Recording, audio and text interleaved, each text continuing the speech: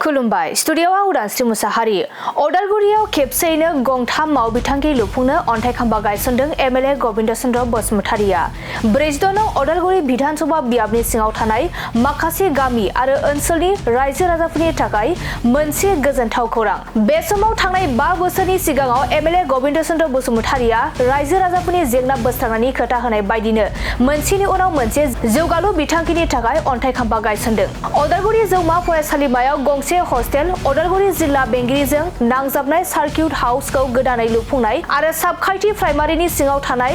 गलामाखा गामिनि हाबग्रा लामाखौ सीसी ब्लकनि गेजेरजों लुफुंनो बायदि गोबां अन्थाइ खाम्फा गायसनदों 42 नं अदालगुरि बियाबनि एमएलए बिथां गबिन्द चन्द्र बसुमतारिया लोगोसे मख'नो गोनांदि दिनैनि सानाव मावनो लानाय खामानिनि अन्थाइ खाम्फा गायसननाया फैगौ 1.5 बोसोरनि गेजेरावनो आबुं महर मोनगोन होनना गावनि बिबुंथिनि गेजेरजों फोरमायना होयो एमएलए गबिन्द चन्द्र बसुमतारि बिथाङा আজি उदालगुरिबाসী হিচাপে আমি সুখী যে আজিৰ ভিতৰতে কেইবাটাও আন্তঃগাঁথনিৰ নিৰ্মাণৰ কাৰণে আধাৰশিলা স্থাপন কৰা হ'ব আৰু ইতিমধ্যে হ'ল বিশেষকৈ উদালগুৰি মহাবিদ্যালয়ত হোষ্টেল নিৰ্মাণৰ কাৰণে বিশেষকৈ ছাত্ৰ নিৰ্মাণৰ কাৰণে আধাৰশিলা ইতিমধ্যে স্থাপন কৰা হ'ল তাত দুমহলীয়া তো ছাত্ৰ বা বিশেষকৈ 50জনীয়া ছাত্ৰ থাকিব পৰা তেনেকৈ ব্যৱস্থাৰে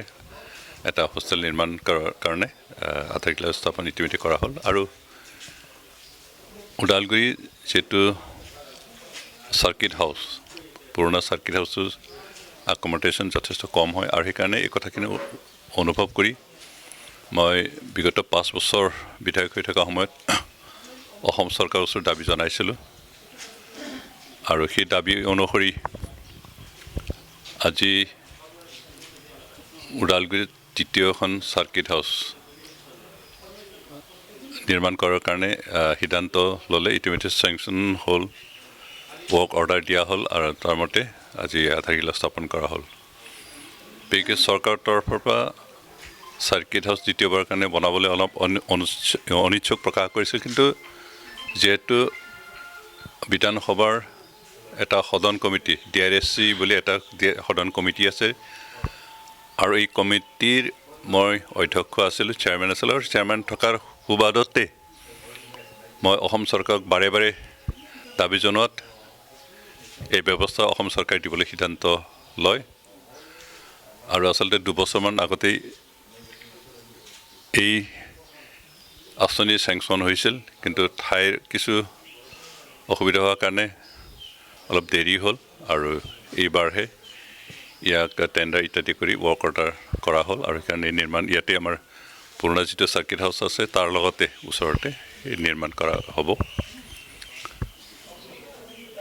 আৰু কেইবাটাও ৰাস্তা বিশেষকৈ 4টা ৰাস্তা ইতিমধ্যে ৱৰ্ক অৰ্ডাৰ হ'ল RRTF আঁচনিৰ জৰিয়তে ইয়াক আজি 2 ঠাইত আধাৰশিলা স্থাপন কৰা হ'ব আৰু এনেকুৱা ব্যৱস্থা দিয়াৰ কাৰণে বিশেষকৈ ওদালগুৰি সমষ্টিৰ অন্তৰ্গত কেইবাটাও স্কিম দিয়াৰ কাৰণে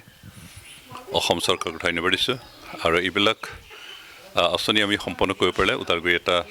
সুন্দৰ ঠাই হ'ব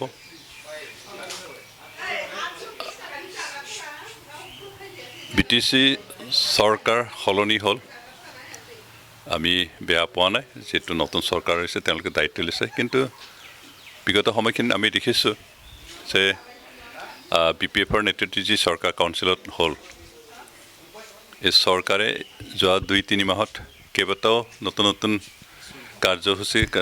আঁচনিৰ আধাৰশিলা স্থাপন কৰিছে কিন্তু আজি স্পষ্টকৈ ক'ব বিচাৰিছোঁ হাগ্ৰামা মহিলাৰ নেতৃত্বত যোৱা 2-3টা মাহত BTC চৰকাৰে যিবোৰ আঁচনিৰ আধাৰশিলা স্থাপন কৰিছে গোটেইখিনি আঁচনি UPPL চৰকাৰে চেংচন কৰি থৈ অহা এপ্ৰুভ কৰি থৈ অহা তেনেকৈ আঁচনি হয় আৰু গোটেইখিনি আঁচনিসমূহৰ নামত আমি ইতিমধ্যে ফাণ্ডো চেংচন কৰি থৈ আহিছোঁ সেইকাৰণে বিশেষকৈ BPFৰ নেতৃত্বত যি চৰকাৰে নতুনকৈ আঁচনি একো আনিব পৰা নাই যিখিনি আধাৰশিলা স্থাপন কৰিছে গোটেইখিনি UPPLৰ নেতৃত্বত যি চৰকাৰ সেই চৰকাৰে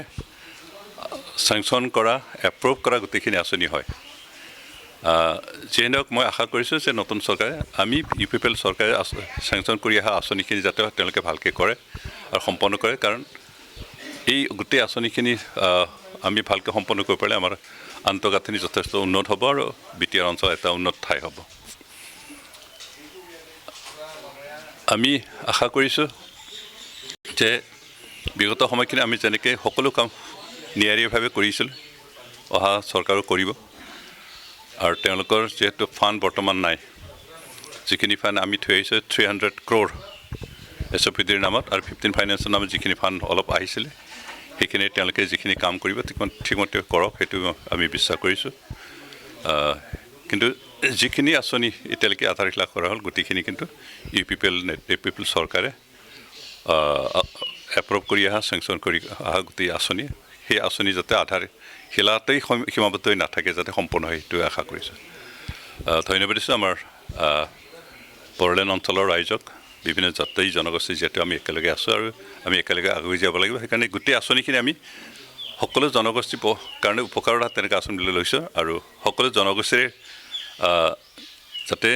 ইয়াৰ সুফল পাব পাৰে সেই আশা কৰি আমি আঁচনিসমূহ লৈছোঁ। সেইকাৰণে এই গোটেই আঁচনিখিনি আমি সম্পূৰ্ণ হোৱাটো বিচাৰোঁ। যিখিনি আজি চাৰ্কিট হাউচ আধাৰশিলা স্থাপন কৰিলোঁ, ইয়াৰ এবছৰৰ ভিতৰতে সম্পন্ন হ'ব। আৰু ওদালগুৰি কলেজত যি হোষ্টেলৰ ফাউণ্ডেশ্যন ষ্ট'ন আজি লে কৰা হ'ল, সেইটো এমাহৰ ভিতৰতে এবছৰৰ ভিতৰত কমপ্লিট হ'ব।